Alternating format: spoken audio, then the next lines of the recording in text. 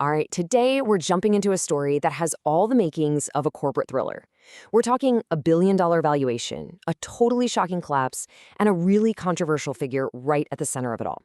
Yep, we're talking about the Twin Peaks restaurant chain and how it all went so wrong so fast. So this is the big question, right? This is the puzzle we're going to try and solve today. It's a question that honestly sent shockwaves through the entire restaurant industry. How does a company that seems to be on top of the world, worth $1 billion, suddenly turn around and file for bankruptcy? It almost doesn't seem real. And what's just wild is how quickly this all went down. I mean, look at this.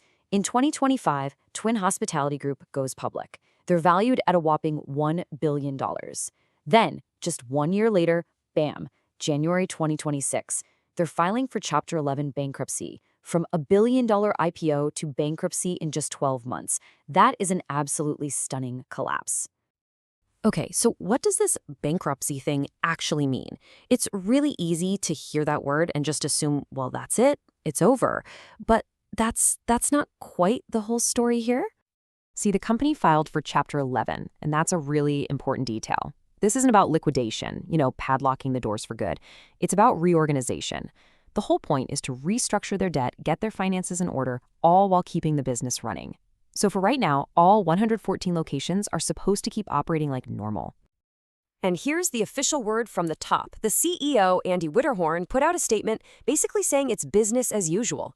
The message they wanted to send was crystal clear. This is about making a comeback, not shutting down. So now let's get into the company's official explanation for why they had to take such a huge step. So according to the company, the main villain in this story is debt. They're pointing the finger at heavy debt that they racked up from making aggressive acquisitions. So the whole point of this Chapter 11 filing, they say, is to clean up the books and give them some financial flexibility to grow the brand down the road. Now, that's the official story, but it might not be the whole story. A filing like this never happens in a vacuum. To really get what's going on, we have to zoom out and look at the bigger picture because this is about way more than just one company's balance sheet. The news from Twin Peaks is dropping right in the middle of what people are calling a reckoning for this whole category of restaurant.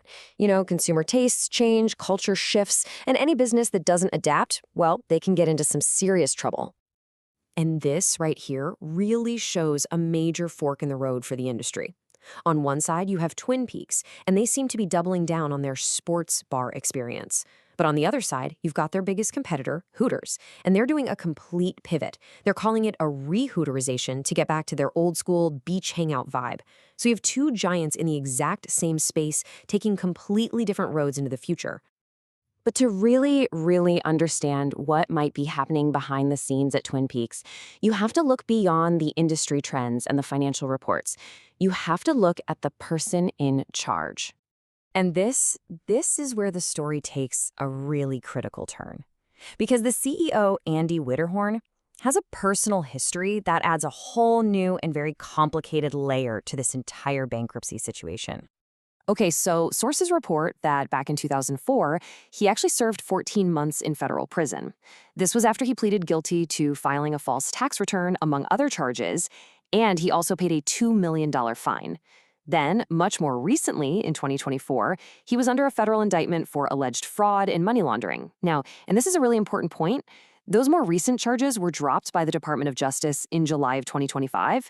That was just before the company went public. So, yeah. That is the very complex history of the leader who's now steering this company through its biggest crisis. So where does all of this leave Twin Peaks? We've got the official story about debt, we've got the reality of a market that's changing, and we have the pretty controversial history of its leader. And that all leads us to this final, huge question. When you put it all together, a tough market that's forcing its competitors to completely rebrand, and a leader with a very public and complicated past, can the company actually use this Chapter 11 process to turn things around and find success again? Well, that's the billion-dollar question that we're all waiting to see answered.